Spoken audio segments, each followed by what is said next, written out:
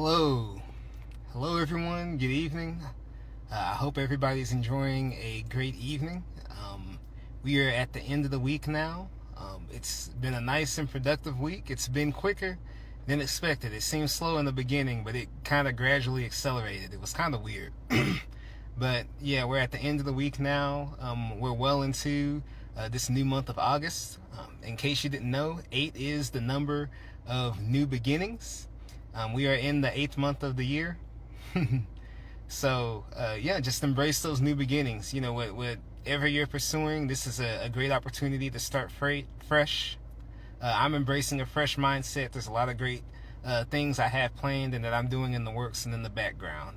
It's going to be a bit of a process and a bit of a grind, but I'm looking forward to all of it.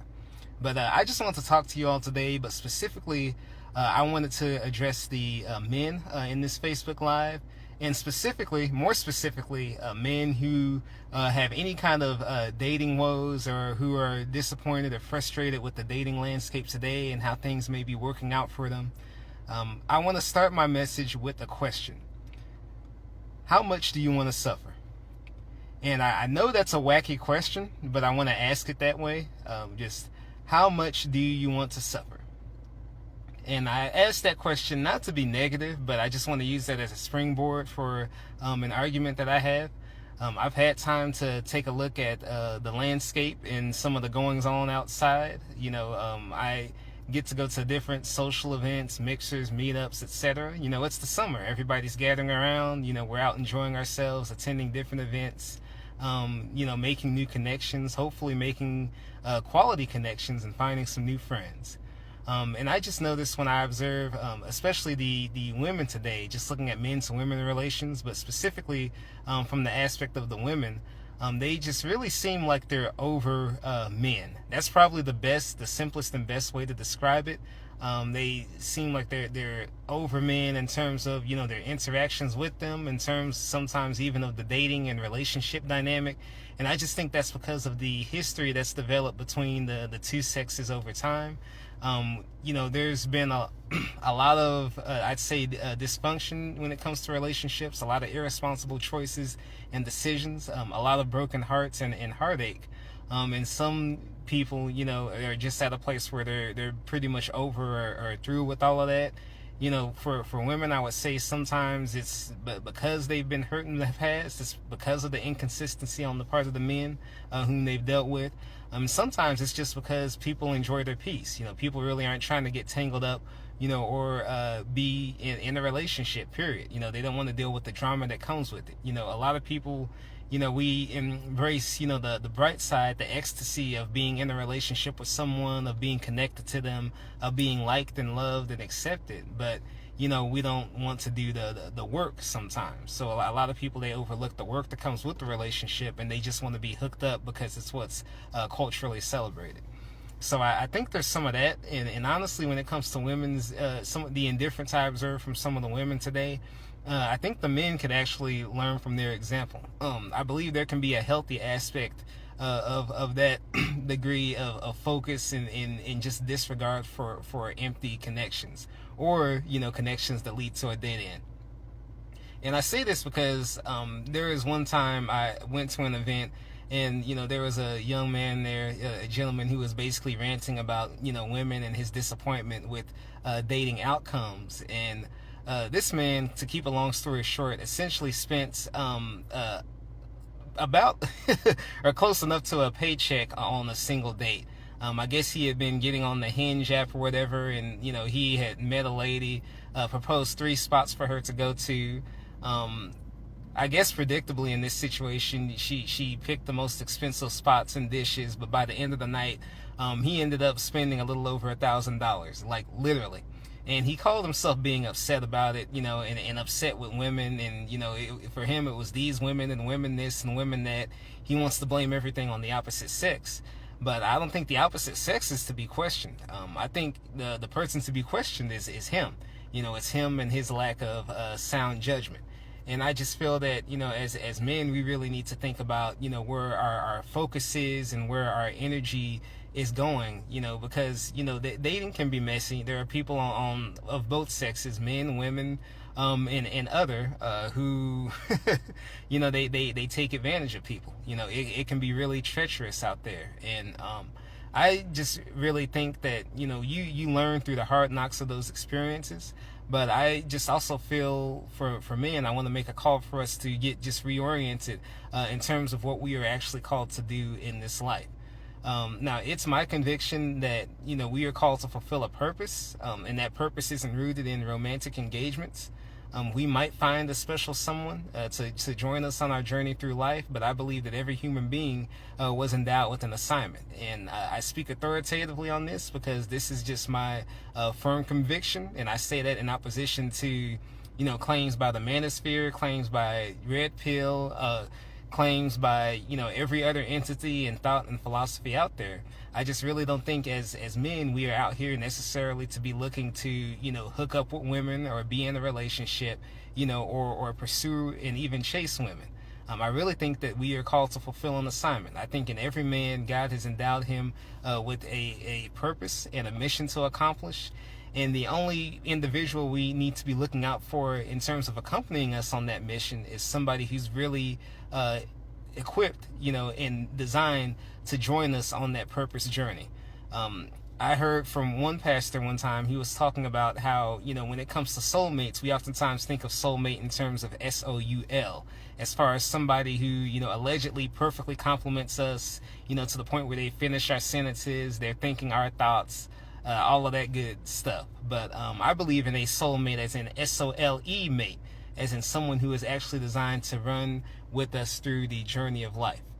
So I really think that this is a good incentive, and I say that, you know, myself included, again, really questioning the environments that we allow ourselves to be in, the connections we open ourselves up to, and just really what drives us on a day-to-day basis. I just want to take a moment here to encourage all men to really focus, you know, on figuring out what, you know, brings you life, what brings you responsible decisions. As long as there's poor judgment, there will be single women, I guarantee you. Just like how as long as there's poor judgment, there will be single men and also broke men, most likely. So I just want to really pour that into you. I also want to say that, you know, even when it comes to the media we're exposed to, unfortunately, we live in such a perverse culture. You know, you get on Facebook, especially as a male, and the algorithm is designed to parade Lord knows how many half-dressed and super endowed chicks in your timeline. And I just think it's ultimately, you know, reverting a lot of men into zombies who are driven by the you know, just their lustful desires, who are driven and motivated by their hormones. And I think, you know, for us as men, you know, the call and the responsibility on us is, you know, to build some form of system of accountability, whether that's interpersonal, whether that's even through, you know, helpful apps. The same technology that's hurting us can also be used to help us. You know, they have all kinds of helpful apps. You know, I've heard of Covenant Eyes and other tools. And I believe that we just need an adjustment in our lifestyle habits and what we allow ourselves to be exposed to. For me personally, right now, I'm at a place where I'm not really on social media for interpersonal interactions. You know, I could meet somebody in public, and if they asked me what my Instagram was, I just had to be like, you know, I use Instagram for business and business exclusively. You know, if you like to connect with me, I do have a Facebook. But, you know, for me right now, if it's not business related, I'm really not interested in being on social media.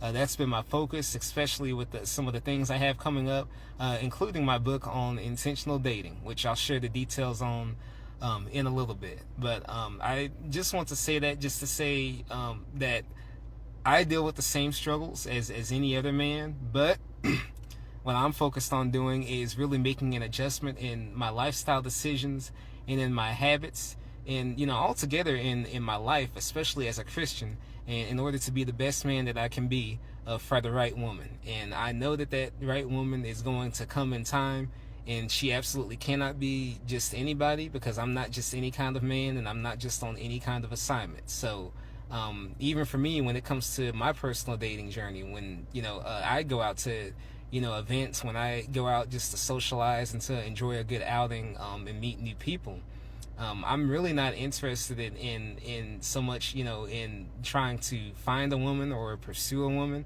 I'm at a place now where I've reached a level of maturity where I'm just asking, is this relationship really something meaningful? Who is this person with regards to my journey through life?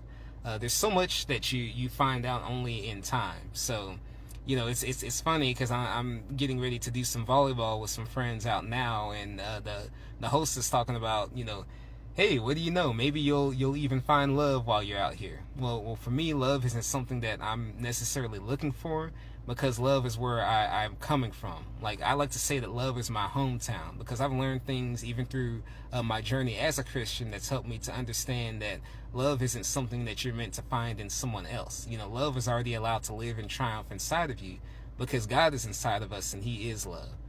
So even as, I purpose to devote my life to honoring God in public and in private, I also have a new and renovated understanding of what love is. And honestly, aside from that, I'm just really not interested in rolling up on women and trying to strike up conversation, like that. There's always going to be some dude who's going at it. You have natural born hunters and Mac daddies, but personally, I'm not the one who chases. I'm the one who attracts through the type of life and example that I lead. So and I don't mean that to tell any men or any man watching this video what to do. If you want to chase, but I focus on being a genuinely attractive person, and that comes down to more than just my physical appearance. But anyways, I just want to take the time to share that with the men out there.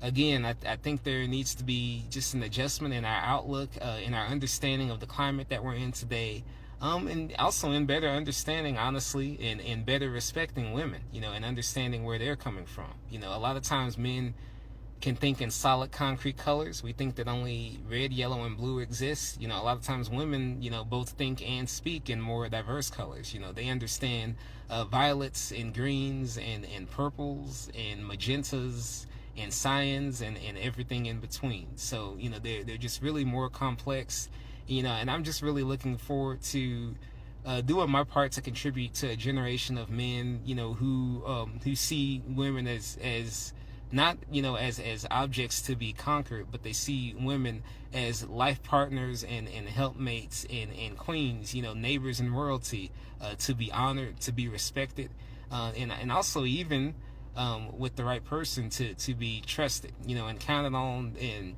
a reminder of the fact that we personally don't have everything figured out, but if we work together with God's assistance, we can fulfill the vision that we're called to fulfill and enact in this life.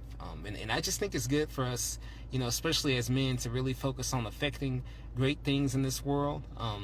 As a Christian, I had to advocate for really knowing God and understanding how to converse with Him and develop a relationship with Him. That's a journey that I'm on personally. I'm learning how to talk to and trust God more. Talking to Him more than we talk to ChatGPT. Talking to Him as opposed to trying to talk to women, all the time. If we get our conversation with God right, everything else we're looking for, I'm convinced, is going to fall into place. So I just think there needs to be an adjustment in our relationships and our focus. And just for me, I just really want to focus on living for the God whom I serve. For people, some people will confide just in serving a higher purpose. They may confide in serving another God. They may confide in acknowledging a higher power, or acknowledging the universe, if they like to, and they're welcome to do that. But for me, excuse me, for me, I'm just really looking to serve and honor God in everything that I do, and it's already inspired me to make adjustments in my personal life, and also adjustments in my public conduct and where I am publicly. So I think this new month of August, this 8th month of the year, this number 8 of new beginnings, is a good opportunity for us just to transform how we think, how we act, how we operate in this world that we live in, and then see how that also has an impact just even on benefiting our lives, having, fuller wallets, maybe finding better things to invest in than a steak dinner with somebody who doesn't really care about you. Maybe having something to invest in better than, a one-time outing with a stranger. But just putting our energy and our funds and our resources in better places, getting educated and equipping ourselves with the tools that we need to be the best benefit to not just to humanity, but just the best benefit to God that whom we can be. And I say that with authority, and I say that without shame. I am a Christian without shame. So I just wanted to share that with you all. I'll follow up with you all soon, but take care, and y'all have a great and outstanding evening. Thanks for listening.